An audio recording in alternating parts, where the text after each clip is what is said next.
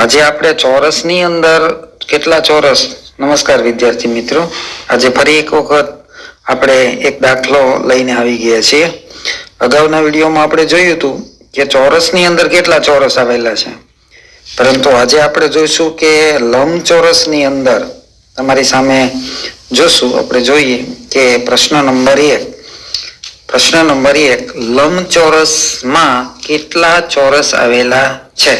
તો આવો દાખલો જો પરીક્ષામાં પૂછાય તો આનો જવાબ આપણે કઈ રીતે મેળવી શકીએ તે આપણે આજે જોવાના છીએ. તો જોઈએ, સૌપ્રથમ આપણે એક લંબચોરસ અહીંયા દોરી નાખીશું.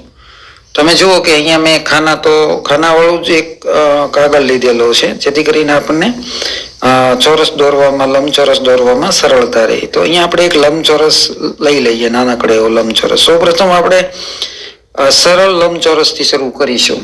તો અહીંયા એક સરળ લંબચોરસ મેં તમારી સામે લીધો છે.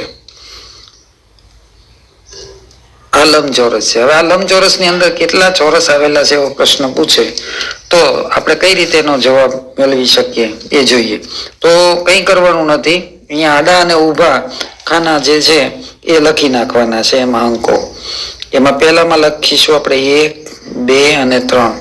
એવી રીતે ઊભા ખાના પણ આપણે ગણીશું ને એમાં અંક લખી નાખીશું. એટલે 1 અને 2, એક તો લખેલો જ છે, બીજું 2 લખી કાઢીશું.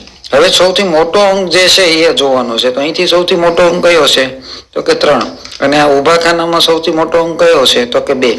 તો પહેલા આ 2 અંકનો ગુણાકાર લખી દેવાનો છે બાજુમાં, કે 3 ગુણ્યા 2, અને પછી 1 આવે ત્યાં સુધી ઘટતા ક્રમે લખવાનું છે અને એનો ગુણાકાર કરતો જવાનો છે.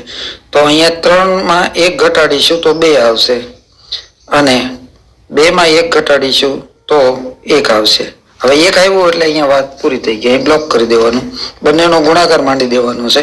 3 દૂને 6 અને 2 એકા 2. આ બંનેનો સરવાળો કરતા 6 ને 2 8. તો આ ચોરસ, લંબચોરસની અંદર 8 ચોરસ આવેલા છે એમ આપણે આ પદ્ધતિથી કહી શકીએ. હવે વિદ્યાર્થી મિત્રો, થોડોક અઘરો દાખલો, એટલે કે આનાથી થોડોક અઘરો દાખલો જોઈએ કે જેની અંદર વધારે લંબચોરસ આવેલા હોય. આ લંબચોરસ છે. હવે આવો દાખલો પૂછાય ત્યારે આપણે કઈ રીતે આનો જવાબ મેળવી શકીએ એ આપણે આજે જોવાના છીએ.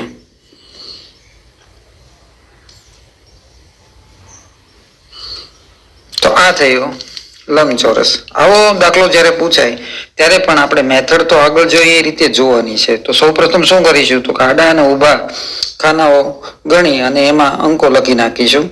એટલે 1, 2, 3 અને 4. એવી રીતે ઊભા ખાનામાં પણ અંકો લખી નાખીશું. 1 તો લખેલો જ છે, 2 અને 3. હવે સૌથી મોટો અંક કયો એ નજર ફેરવો. તો અહીંયા સૌથી મોટો અંક દેખાય છે 3, અહીંયા સૌથી મોટો અંક દેખાય છે 4. તો બંનેનો પેલા ગુણાકાર મૂકી દઈશું, 4 ગુણ્યા 3. હવે ઉતરતા ક્રમમાં 1 ના આવે ત્યાં સુધી ઉતરતા ક્રમમાં આપણે એક સંખ્યા ઘટાડીને લખવાની છે. નિશાની એની એ રાખવાની છે. 4 માંથી ઉતરતા ક્રમમાં પછીનો અંક આવશે 3. અહીંયા 3 પછીનો ઉતરતો ક્રમ 2 આવશે. અહીંયા 3 પછી ઉતરતો ક્રમ 2 આવશે, અને અહીંયા 2 પછી ઉતરતો ક્રમ 1 આવ્યો. હવે 1 આવ્યું એટલે અહીંયા વાત પૂરી થઈ ગઈ, અહીંયા અટકી જવાનું છે. હવે આનો ગુણાકાર મૂકી દેવાનો છે, 4 તેરીને ઉતરતો ક્રમ 1 આવ્યો. હવે 1 આવ્યું એટલે અહીંયા વાત પૂરી થઈ ગઈ, અહીંયા અટકી જવાનું છે.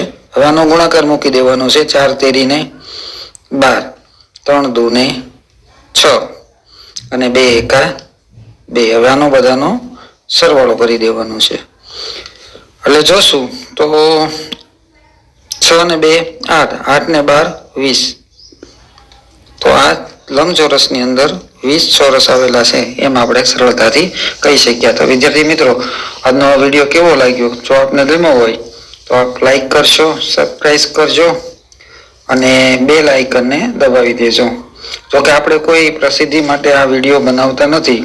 આપણે કોઈ યુટ્યુબરમાં બહુ જ્યાદા સબસ્ક્રાઈબર થઈ અને કોઈ પૈસા પણ કમાવા નથી. માત્ર હેતુ છે કે આપણે આપણા વિદ્યાર્થીઓને વધુ કઈ રીતે મદદરૂપ થઈ શકીએ. તો ત્યાં સુધી બીજો વિડીયો ન બને ત્યાં સુધી સૌ કોઈને નમસ્કાર. આવજો. જય હિન્દ, જય માતાજી.